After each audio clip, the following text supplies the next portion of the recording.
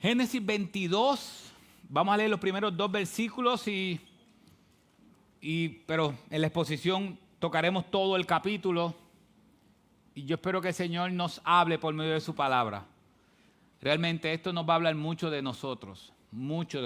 Así que la palabra del Señor dice así en Génesis 22, 1 y 2, dice: aconteció que después de estas cosas, Dios probó a Abraham y le dijo: Abraham. Y él respondió: heme aquí.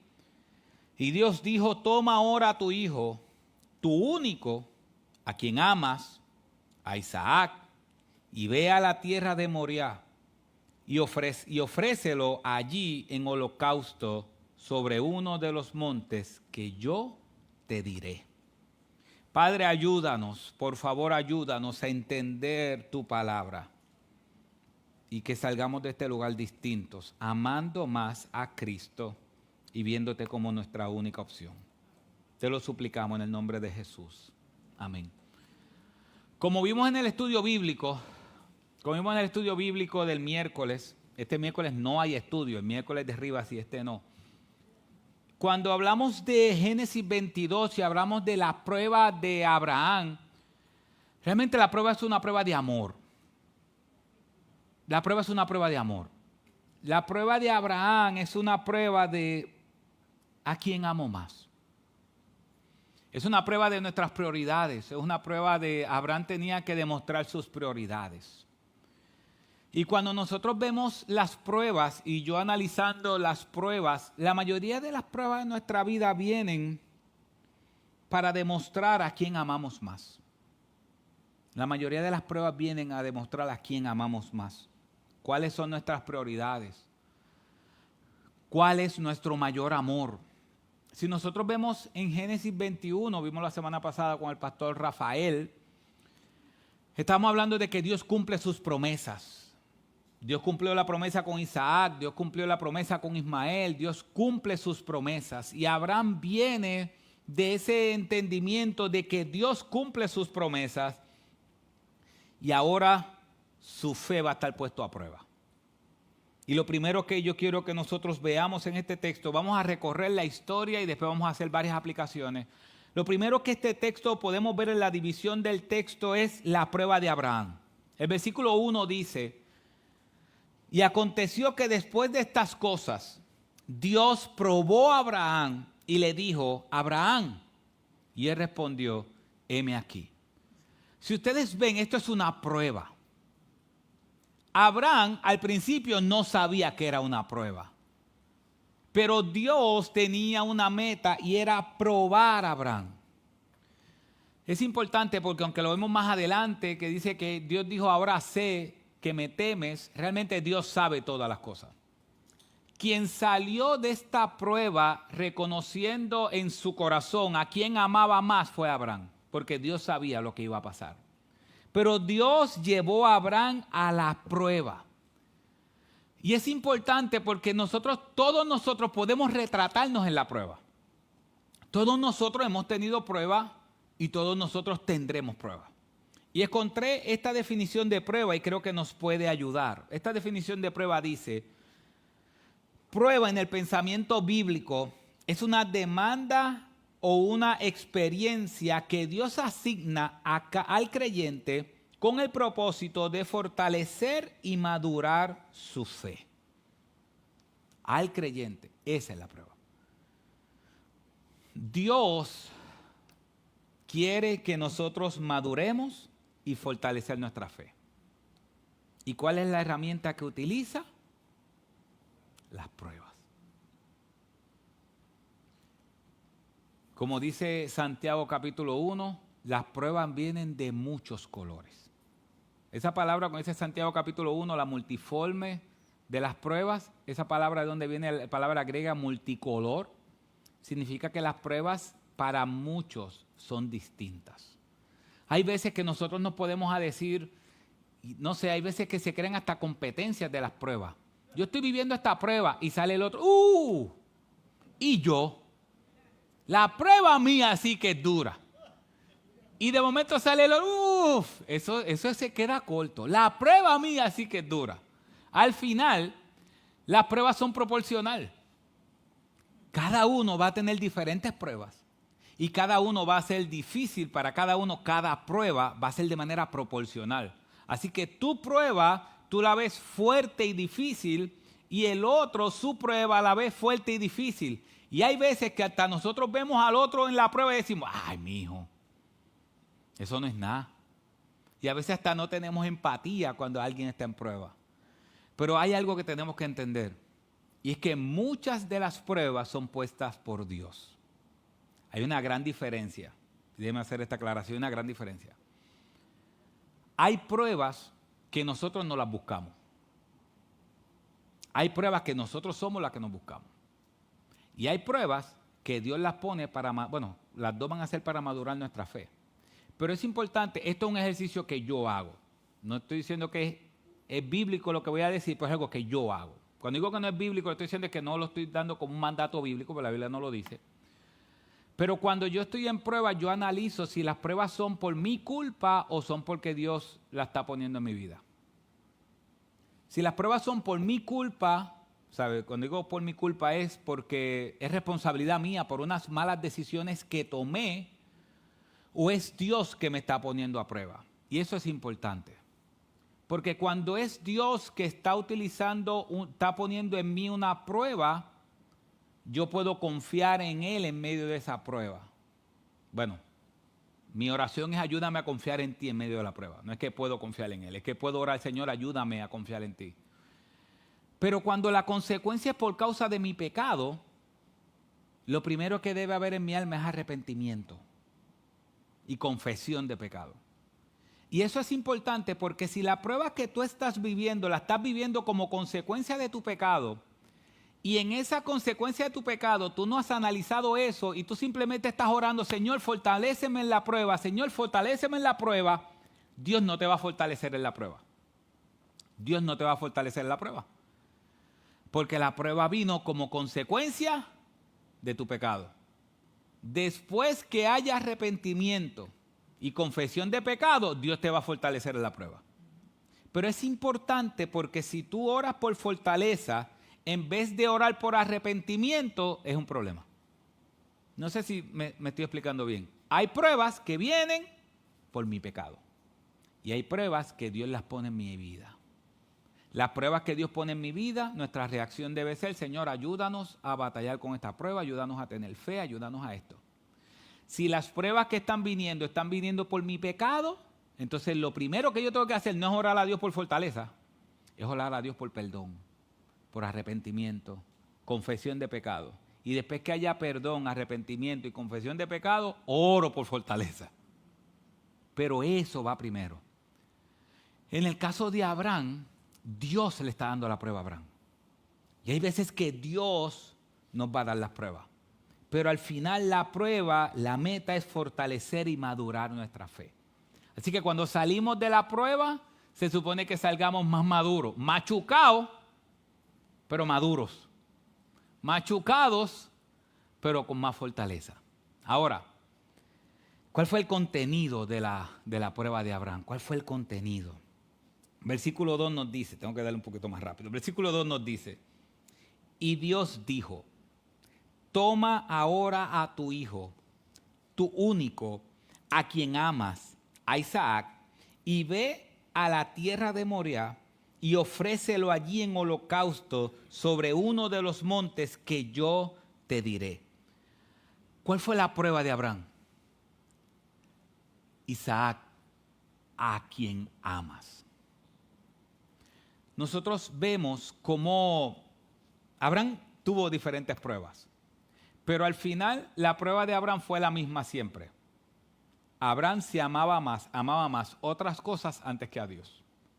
Por ejemplo, cuando la vida de Abraham estuvo en peligro por su esposa, ¿qué él hizo? ¿Recuerdan que dio a su esposa una vez? ¿Para qué él dio a su esposa? Para permanecer vivo. ¿A quién se amaba más? ¿A la esposa o a él? A él. Cuando vino otra prueba que tiene que ver con la esposa, ¿y él qué hizo? Volvió. ¿A quién se amó más? Él. Y ahora, en esas pruebas, Abraham se amaba más a él que al prójimo. Y en esta prueba hay un detalle que Moisés nos da, que es cuando nosotros lo veamos al final de la prueba, no lo vamos a ver. Y es que al principio de la prueba, Dios aclara y dice, toma ahora tu hijo, tu único a quien amas. Al final, cuando él sobrepasa la prueba, no vamos a ver que Moisés no escribe que Dios le dijo a él, a quien amas. Sino que va a decir, tú que me has dado a tu hijo. Pero no dice a quien amas. Así que cuando Abraham está entrando a la prueba, Abraham tiene un problema y es un problema de prioridades. Es un problema de que Abraham primero se amaba a él. Y después cuando tuvo a su hijo, imagínense, 25 años aproximadamente esperando por ese muchacho. 25 años. Y de momento ese muchacho llega. Abraham comenzó a amarlo y amarlo y amarlo al punto de que dejó el amor de Dios a un lado y amó con todo su corazón, con toda su alma y con toda su fuerza a Dios, a Isaac. Y ahora Dios le está diciendo a Abraham, Abraham, vamos a bregar con tus prioridades. Vamos a bregar con tus prioridades. Y si nosotros analizamos, la mayoría de nuestras pruebas tienen que ver con nuestras prioridades. Tiene que ver con a quién amamos más. Así que Abraham llegó el momento de entender que a Dios se le ama más que a los hijos. Las decisiones no se toman por causa de mi hijo, se toman por Dios. Y hay veces que hay padres que sacan a Dios del pedestal y ponen al hijo en el pedestal. Y ese hijo se convierte en la adoración. ¿Sabes qué pasa? Oseas, si no me equivoco, Oseas dice esto. Creo que Oseas dice. Dios dice, por cuanto tú te has olvidado de mi ley, yo me olvidaré de tus hijos. Ok, ¿qué está diciendo Dios en Oseas? Dios está diciendo, la palabra de Dios se hizo carne, ¿cierto? En Cristo. La palabra de Dios se hizo carne en Cristo. La palabra, la Biblia y Cristo son la misma cosa. En el sentido de que la palabra se hizo carne en Cristo y nosotros la tenemos escrita. Lo que Dios está diciendo es, si tú te olvidas de mi palabra, que es mi hijo, si tú te olvidas de mi hijo, yo me voy a olvidar del tuyo. Eso es lo que Dios está diciendo. Si tú te olvidas de mi hijo, yo me voy a olvidar del tuyo. Si tú te olvidas de mi ley, yo me olvidaré de tus hijos. Y hay veces que toda nuestra vida se basa en decisiones familiares. Mira lo que dice Mateo 10, 37 y 38. Mateo dice esto y un pasaje muy conocido. Mateo dice, saldrá a las pantallas. Si lo puse. ¿Lo puse? Sí. Dice, el que ama a padre o a madre más que a mí, no es digno de mí. El que ama al hijo o a la hija más que a mí, no es digno de mí. Y el que no toma su cruz y sigue en pos de mí, ¿qué dice? No es digno de mí. ¿Sabes qué pasa? Lester Flaquel, el director de la escuela Logos en República Dominicana, una vez el pastor Otto y yo estuvimos reunidos con él en República Dominicana y él dijo unas palabras hace muchos años que siempre se me han quedado ahí. Él dijo, recuerden que el trabajo de un padre es que su hijo poco a poco aprenda a depender más de Dios que de él. Pero a veces el trabajo de nosotros es el distinto. A veces cuando nosotros somos como padres, llegamos al punto a que nuestros hijos dependan más de nosotros que de Dios. Y las decisiones que tomamos, las tomamos para que nuestros hijos dependan más de nosotros que de Dios. Y a veces son decisiones, como dije hace un tiempo atrás, decisiones pequeñas que nos llevan a Sodoma. Mis hermanos, nosotros, nuestro corazón, creo que lo dijo Juan Calvino, nuestro corazón es una fábrica de dioses.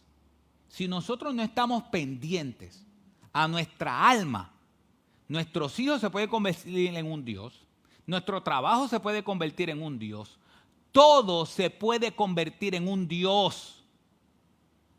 Así de débil es nuestro corazón. Aún el celular se puede convertir en un Dios. Todo se puede convertir en un Dios. Y Dios, sabiendo eso, nos dice, el que ama al padre o a la madre más que a mí, ¿qué dice? No es digno de mí, no me merece. No me merece. Nosotros tenemos que analizar, es lo que Moisés está escribiéndonos, que Abraham está en prueba. Abraham está en prueba y Abraham tiene que demostrar a quién ama más. ¿Ama más a su hijo o ama más a Dios? Así que Abraham, número 2, el texto nos dice, como nos desglosa el pasaje Moisés, nos dice y nos habla de la fe de Abraham, de los versículos 13 al 14. Abraham reaccionó con fe. Abraham va a demostrar que él aprendió la lección. Que él va a amar a Dios sobre todas las cosas. Miren, y tiene que ver con la asignación del miércoles. Miren el versículo 3 y va a estar marcado. Creo que va a estar marcado. Sí, va a estar marcado. Mire esas palabras que son importantes. Abraham se levantó muy de mañana. Aparejó su asno y tomó con él 2 de sus mozos y a su hijo Isaac y partió leña para el holocausto y se levantó por segunda vez, se levantó y fue al lugar que Dios le había dicho. ¿Qué está diciéndonos Moisés con todo eso? Que cuando llegó el momento de que Abraham tenía que obedecer a Dios, Abraham va a obedecer a Dios. Abraham ya no es ese que va a vacilar. Ya no es ese que cuando se enfrenta a una prueba duda. Ya Abraham no es esa persona que duda ante la prueba o que se quiere él proteger en la prueba. No, Abraham está decidido y dice, yo lo voy a hacer. Y mire lo que dice el versículo 4. Al tercer día alzó Abraham los ojos y vio el lugar de lejos. ¿Cuántos días estuvo Abraham caminando con su hijo para matarlo? 3 días. 3 días. Imagínense que por 3 días él está caminando y sabiendo que va a sacrificar a su hijo. 3 días. 3 días él caminó por fe. 3 días él caminó sabiendo cuál era la prueba. 3 días. Y es interesante porque él fue al monte Moriah. Y el monte Moriah fue el monte donde después se construyó el templo. Donde el monte donde Salomón construyó el templo de Salomón es el monte Moriah. El monte donde Abraham fue a sacrificar a su hijo. Eso lo dice Segunda de Crónicas, capítulo 3, versículo 1 en adelante. Y mire lo que dice el versículo 5. Entonces Abraham dijo a sus mozos, esto es impresionante. Miren lo que Abraham dijo después de 3 días. Abraham dijo esto, quedaos aquí con el asno y yo y el muchacho iremos hasta allá. Y mire lo que dice, adoraremos y volveremos a vosotros. Abraham, ¿qué Dios le dijo a Abraham? Ve y ¿qué? Mata a tu hijo. Es importante que en aquel tiempo, en el tiempo de Abraham, lamentablemente era normal sacrificar a su hijo mayor a los dioses paganos como señal de adoración. Lamentablemente era algo normal. Y mucha gente piensa que Abraham no tuvo problema con eso porque Abraham estaba acostumbrado, que venía de Ur de los Caldeos, a esa práctica.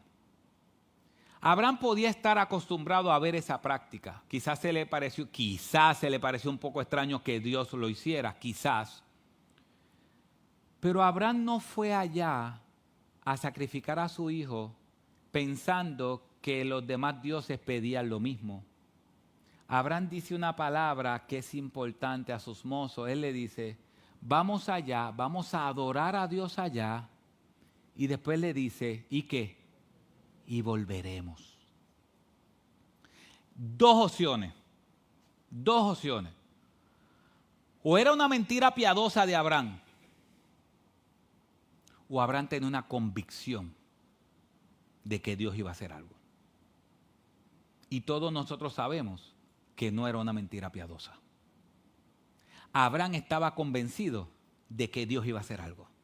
Y la Biblia es tan impresionante, lo hablamos el miércoles pasado, la Biblia es tan impresionante. Yo sé que estoy hablando mucho los miércoles, estoy en un anuncio para que vengan los estudios bíblicos. Pero la Biblia es tan impresionante que es el Nuevo Testamento que nos dice qué era lo que Abraham estaba pensando cuando le dijo a ellos, volveremos. Mire lo que dice Hebreos.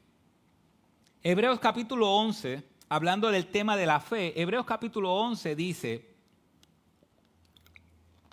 versículo 17 dice, por la fe Abraham, cuando fue probado, ofreció a Isaac, y el que había recibido las promesas ofrecía a su único hijo. Fue a él a quien se le dijo, en Isaac te será llamada descendencia. Él, mira lo que dice el versículo 19, él consideró que Dios era poderoso para levantar aún de entre los muertos, de donde también en sentido figurado lo volvió a recibir. ¿Sabes qué significa ese versículo 19? Que cuando Dios le dijo a Abraham, Abraham, sacrifica a tu hijo, Abraham comienza a pensar y dice, bueno, Dios dijo que no era en Ismael, porque ya yo le he dicho 20,000 veces a Dios, usa Ismael, y Dios siempre me dice que no es Ismael. Lo intenté con Agar, me salió mal, no era con Agar, él después me dijo que era con Sara. Así que si Dios me dijo que era con Sara, y Dios me dijo que era con Isaac,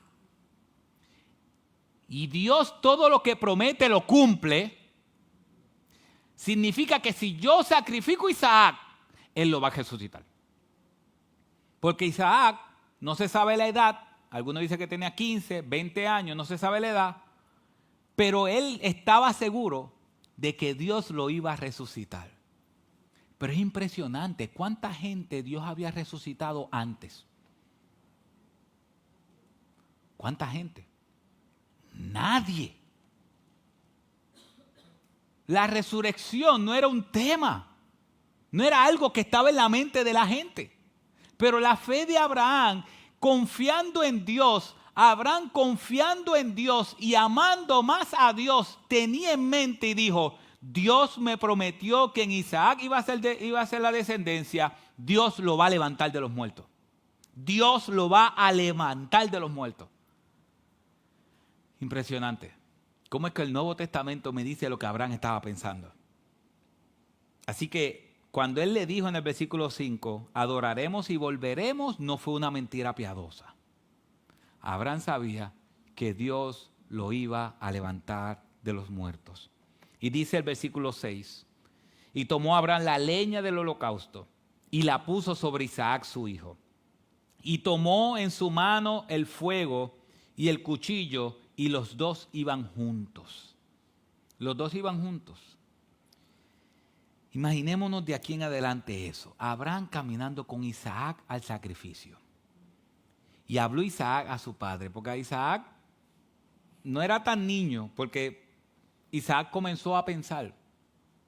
Y le dice, habló Isaac a su padre, le dijo, Padre mío.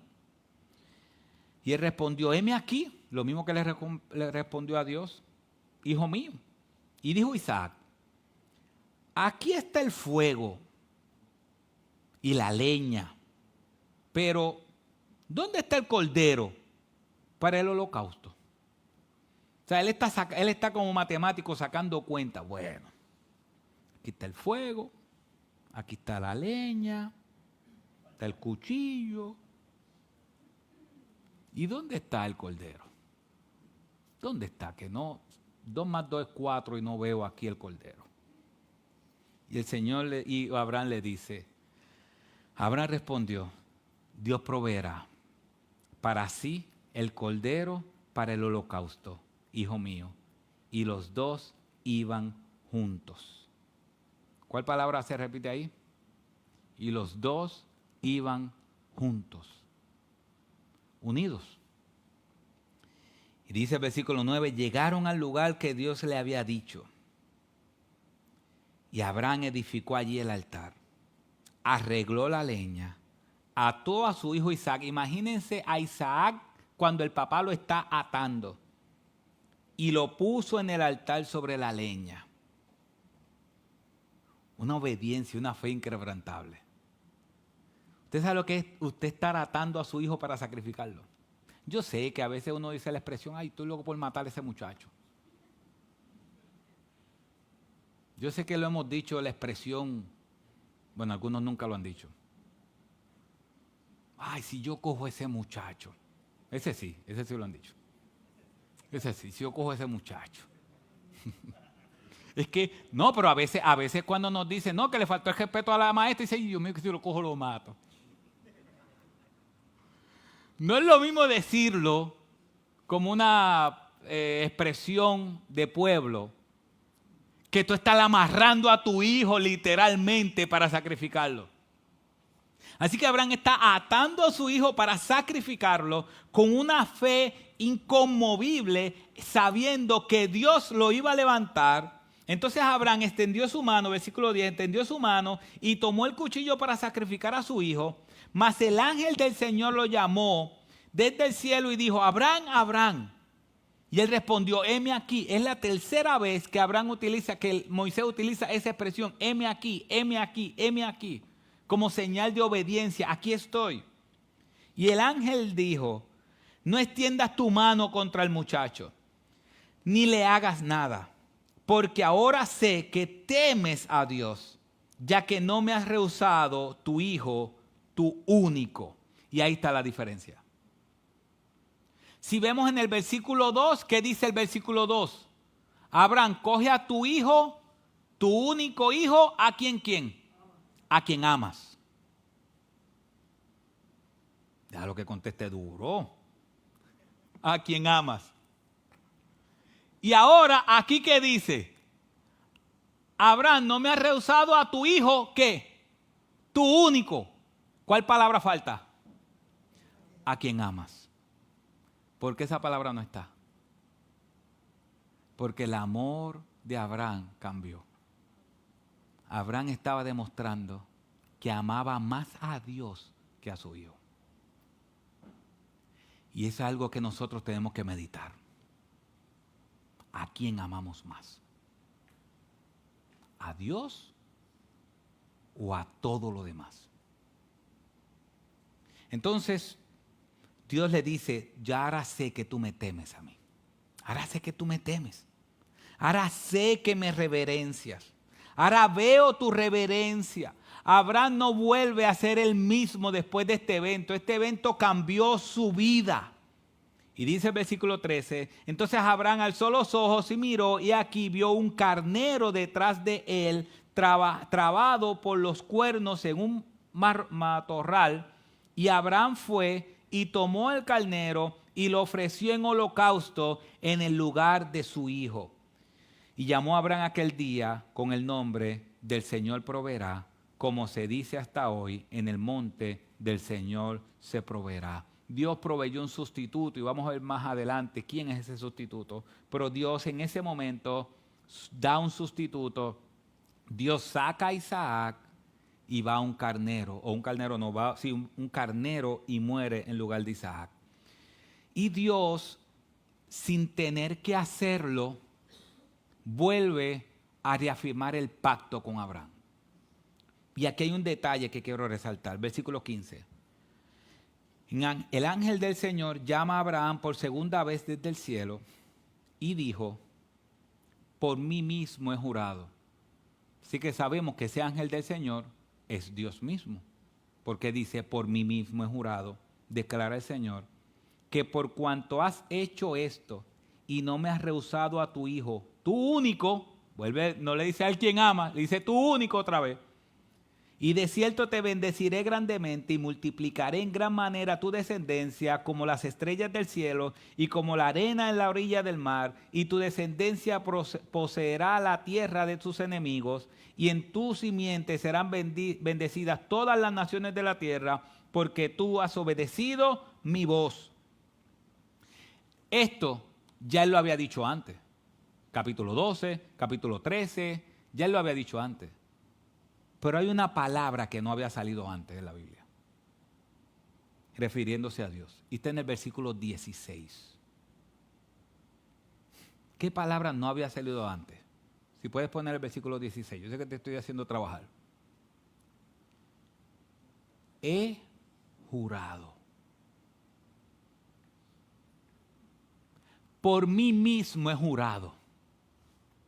Usted sabe, cuando usted era pequeño, usted sabe lo que son los juramentos. Cuando usted quería decir algo de verdad, que era cierto de verdad, que usted decía, lo juro por mami. Todavía lo dicen. Tú lo dices, Dere, ¿lo juras por tu papá? ¿Juras por tu papá? No. Mira, lo juro. Así no era que uno decía. Juradito, juradito que es verdad. Jurado. Así es, te lo juro.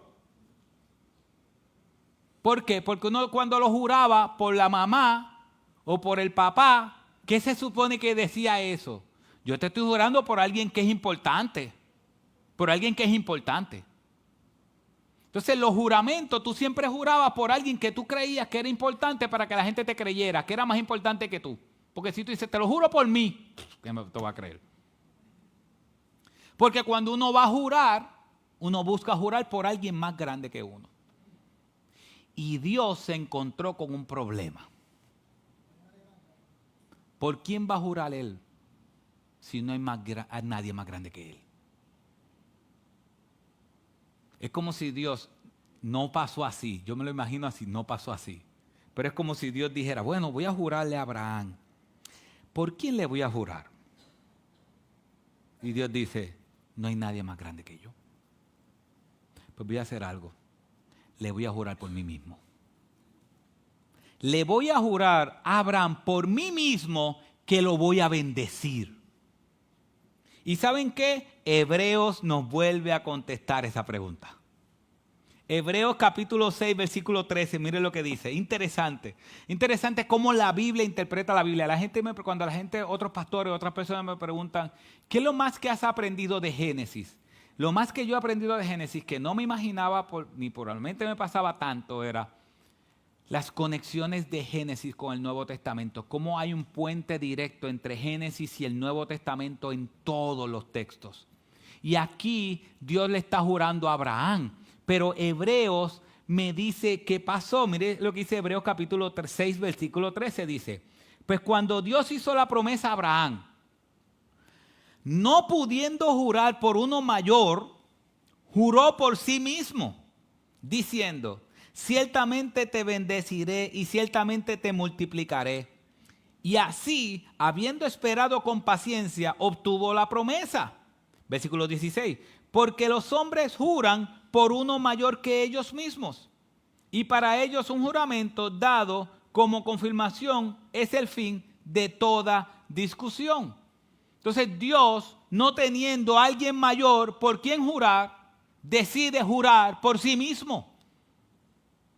Y le dice a Abraham, yo te juro por mí mismo que te voy a bendecir. Y el versículo 19 de Génesis sigue el relato, dice, entonces Abraham volvió a sus mozos y se levantaron y fueron juntos a Berseba, y habitó Abraham en Berseba. Pero si usted ve el versículo 19, ahí falta alguien. ¿Quién falta en el versículo 19? Falta Isaac. ¿Y por qué Isaac no está? No era que ya no importaba. Pero Moisés nos está explicando algo y nos está diciendo, el amor de Abraham cambió. Abraham ama a Isaac, pero ama más a Dios. Y por eso Isaac no está ahí, porque Abraham bajó con Isaac. Ustedes saben, si no me equivoco, cuando vuelve Abraham e Isaac a estar juntos, si no me equivoco, pasa muy pocas veces, pero si no me equivoco, vuelve a pasar cuando Abraham muere. Cuando Abraham muere. No significa que Abraham dejó de amar a su hijo. Significa que Abraham comprendió que el amor a Dios va por encima de todo. Y si ustedes ven, ustedes se preguntan de los versículos 20 al 24, ¿qué pasó en los versículos 20 al 24? ¿Por qué sale la familia? Dice, aconteció después de estas cosas que le dieron la noticia a Abraham, diciendo, he aquí, Milca también le ha dado a luz hijos a tu hermano Nacor, y presenta toda esa serie de hijos de Nacor. Y ustedes dicen, pero ¿por qué eso está ahí? Pues eso está ahí porque Dios juró bendecir a Abraham y a su descendencia, a su simiente. Y de la familia de Nacor salen dos esposas importantes. La esposa de Isaac y la esposa de Jacob. Así que tanto la esposa de Isaac y la esposa de Jacob son descendientes de Nacor. Y Dios, mostrando que Él ha jurado la bendición, Él pone la descendencia, dejándonos saber a nosotros que tanto Isaac como Jacob vienen en descendencia, van a tener hijos y de ahí nacerá el Cristo. Y eso es Génesis 22. Ahora, simplemente algunas aplicaciones. No, estas aplicaciones no están en orden del texto, están por orden teológico. El versículo 8, no lo marqué ahí, pero el versículo 8 dice Abraham respondió, Dios proveerá para sí el cordero para el holocausto, hijo mío. Y los dos iban juntos. Esa palabra Dios proveerá significa Jehová Jireh. Lamentablemente Jehová Jireh se utiliza ahora mismo para cualquier cosa. Inclusive en muchos comentarios bíblicos que leí de ese texto es Jehová Jireh y Dios te suplirá económicamente, Dios te suplirá en tu necesidad, Dios te suplirá en tal cosa. Y hay muchos nombres, Jehová Jireh significa que Dios suplidor, significa que tú no vas a necesitar nada porque Jehová te va a suplir todas las cosas. Eso no puede ser verdad porque hay muchos de nuestros hermanos misioneros que mueren sin tener la mayoría de las cosas que nosotros soñamos o que ellos soñaron.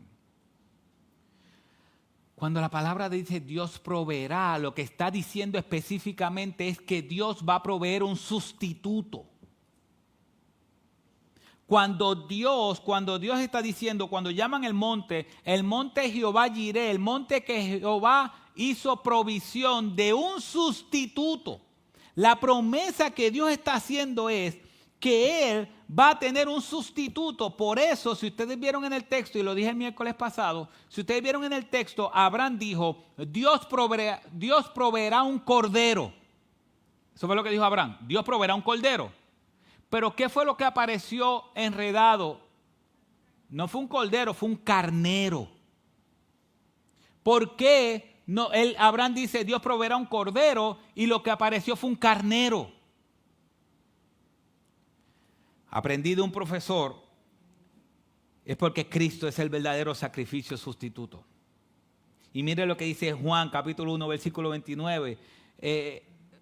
Juan el Bautista cuando está bautizando, de momento, en un momento dado se encuentra con ese Cristo y dice, Juan 1:29, al día siguiente vio a Jesús que venía hacia él y dijo, he aquí el Cordero de Dios que quita el pecado del mundo. Este es aquel de quien yo dije, después de mí viene un hombre que es antes de mí porque era primero que yo o más grande que yo. Así que cuando Juan el Bautista ve a Cristo caminando, dice, este es el verdadero Cordero de Dios que quita el pecado del mundo. Este es el sustituto. Este es el sustituto. Entonces Cristo es el sustituto. La historia de Abraham con Isaac es un paralelo o nos deja saber cómo es la vida de Cristo muriendo en nuestro lugar. Isaac se salvó. Isaac no lo mataron. Pero Isaac no se salvó porque era bueno. Isaac se merecía morir. ¿Por qué Isaac se salvó? Porque Dios hizo provisión de un sustituto. Y un carnero murió en su lugar. Pero Isaac era culpable para morir. Lo mismo pasó con nosotros. Nosotros somos culpables. Pero en la cruz del Calvario Dios hizo provisión de un sustituto. Y ese sustituto es Cristo. Y Cristo murió en nuestro lugar. Así como después que a Isaac estaba atado, me imagino, que estaba atado, dice la Biblia, pero Abraham comenzó a desatarlo y sacó al carnero y lo puso en el sacrificio. Así Dios, nosotros estábamos de camino al infierno y Dios decidió sacarnos a nosotros y ponerse Él mismo en nuestro lugar. Eso se llama la teología de la sustitución. Cristo nos sustituyó. Cristo murió en nuestro lugar. Cristo es el sacrificio sustitutivo nuestro. En ese monte Moriah murió un cordero, un carnero. Y en el Calvario murió Cristo en nuestro lugar. Cuando decimos que Jehová Jireh, no piensen que Dios va a proveer económicamente. Quizás lo va a hacer. No piense que Dios va a proveer un almuerzo hoy. Quizás lo va a hacer. En el nombre de Él. Piense en que Dios resolvió el problema más grande. Es que tú merecías morir por tu vida de pecado. Y Dios decidió venir a la tierra, Él mismo, hacerse carne, venir a la tierra y vivir la vida que tú debiste haber vivido. Él decidió vivir la vida perfecta, la vida que tú nunca pudiste vivir. Él decidió vivirla. Y esa vida perfecta lo lleva a la cruz. La razón por la cual Cristo puede cargar nuestros pecados es porque Él vivió perfecto. Si Cristo hubiese pecado, Él se merecía la cruz por su pecado. La perfección de Cristo hace que Él pueda tomar mis pecados. Y cuando Cristo está en el monte Getsemaní, Cristo está teniendo en sus espaldas todos nuestros pecados. Y Él está sintiendo la carga de todos nuestros pecados. Y cuando Él va a la cruz, Él muere por nuestros pecados como un sacrificio sustituto. Y cuando resucita, lo que Dios está diciendo es: apruebo el sacrificio de Cristo. Todos los pecados son perdonados por medio de Él. Y todo aquel que cree en Él será salvo. Así que desde Génesis hasta el Nuevo Testamento me muestra que Cristo es el sacrificio sustituto. Número 2, y más rápido, muchas veces las pruebas en nuestra vida demuestran a quién o qué amamos más. Escuche bien. Muchas veces las pruebas en nuestra vida demuestran a quién o qué amamos más. ¿A quién o qué amamos más? Muchas pruebas en nuestra vida. Muchas pruebas van a ser para eso. Tercero y último, la verdadera fe produce obras. La verdadera fe produce obras. Y usted dice, ¿y por qué, Jayo, usted dice eso? Tú dices eso, la verdadera fe produce obras. Es porque Santiago utiliza el evento del sacrificio que Abraham está dispuesto a hacer por Isaac para hablarnos de las obras. Mire lo que dice Santiago. ¿No fue justificado por las obras Abraham, nuestro padre, cuando ofreció a Isaac, su hijo, sobre el altar? Ya ves que la fe actuaba juntamente con sus obras. Y como resultado de las obras, la fe fue perfeccionada. Y se cumplió la escritura que dice: y Abraham creyó a Dios y le fue contado por justicia y fue llamado amigo de Dios. La fe produce obras. no es que una persona cree y vive como le da la gana. Si tú vives como te da la gana, y miren, nosotros estamos viviendo en un tiempo donde Papito Dios es lo más importante, Papito Dios, y entonces dicen, no, porque yo oro todas las noches, no, porque yo leo la Biblia todas las noches. La verdadera fe produce obras de arrepentimiento que Dios ama. No se trata de, yo quiero que tú sepas que si tú estás aquí y no eres creyente, cuando tú dices, no, es que yo oro a Dios todas las noches, o yo leo la Biblia todas las noches y ya, pero vives como tú quieres, es que se supone que, la Biblia dice que la fe verdadera produce obras que a Dios le agradan. Entonces, si yo digo que creo en Dios, pero no hago lo que a Dios le agrada, realmente no creo en Dios. ¿Qué dice Santiago? Que muchos dicen muchos dicen que creen. Y Santiago dice, aún los demonios creen y ¿qué? Y tiemblan. La fe verdadera produce obras. Así que mis hermanos, Génesis 22 nos enseña que Cristo es el verdadero sustituto. Que Cristo, que tú mereces morir por tus pecados. Pero Cristo está dispuesto a tomar tus pecados y perdonar tus pecados y limpiarte de toda maldad, como dice su palabra. Tienes que arrepentirte de tus pecados. Tienes que pedirle perdón al Señor por tus pecados. Y Él dice que Él nunca rechazará un corazón contrito y humillado. Así que mi invitación es arrepentirte. El arrepentimiento implica cambio, un cambio de pensar, un cambio completo en tu vida. Tú necesitas un cambio y solamente llega con el arrepentimiento, reconociendo que eres pecador y entregándole tu vida a Cristo. Y si eso pasa, es porque Dios quiere que pase. Ojalá que Dios quiera hoy salvar tu alma, porque eso no depende de ti, depende de la misericordia de Dios. Segundo, mis hermanos, quizás tú estás en el punto donde tus pruebas, y tú estás viviendo pruebas. Y estamos viviendo pruebas, pero yo quiero que tú sepas que la mayoría de nuestras pruebas son como la de Abraham. ¿A quién amamos más? ¿A quién amamos más? La mayoría de nuestras pruebas tienen que ver con nuestras prioridades. ¿A quién amamos más? Y segundo, mis hermanos, tercero, que la fe en Cristo produzca obras.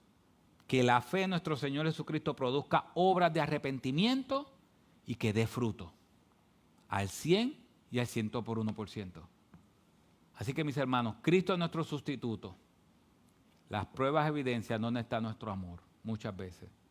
Y la fe verdadera produce obras. Oramos. Padre, ayúdanos a analizar. Padre, tu palabra habla de las prioridades de nuestra vida. Tu palabra habla de nuestras prioridades. Y es posible que haya muchos hermanos, al igual que yo, que estamos luchando con nuestras prioridades.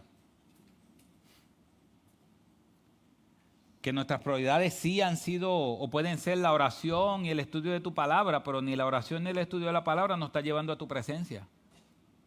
Sino que oramos mucho o estudiamos mucho, pero estamos iguales. No hay transformación en nuestras vidas. Señor, ayúdanos que la oración sea una oración transformadora. ¿Cómo es una oración transformadora? Cuando nos encontramos contigo en la oración. Cuando nos encontramos contigo en el estudio de la palabra. Señor, ayúdanos a amarte más a ti. Ayúdanos a que tú seas la prioridad de nuestra vida. Que no sean nuestros hijos. Padre, hay veces que la agenda nuestra gira en torno a nuestros hijos. Gira en torno a todo lo que ellos tienen o todo lo que nosotros queremos para ellos. Y hay veces que tú nos vas a pedir, Señor, que sacrifiquemos todo eso por amor a ti. Porque el amor a ti va por encima de todo. Señores, hay veces que no son nuestros hijos la adoración, sino son otras cosas. Que todo lo que nuestro corazón analice que estamos adorando más que a ti, que hoy lo llevemos al altar frente a ti y lo quememos delante de ti. Padre, ayúdanos a tomar decisiones. Ayúdanos, que tu Espíritu Santo nos ayude a que tú seas la prioridad de nuestra vida. Señor, y las personas que están aquí que no te conocen, yo te pido en el nombre de Jesús que ellos hoy puedan entregar sus almas y su vida a ti. Que tú transformes sus almas y sus corazones. Y que tú te glorifiques en sus vidas, que tú los salves, que puedan ver la hermosura de tu Hijo Jesucristo, muriendo en la cruz para el perdón de sus pecados. Llévalos al arrepentimiento y llévalos a la fe. Padre, ayúdanos a todos a realmente vivir para tu gloria. Te lo suplicamos, Señor, en el nombre de Jesús. Amén.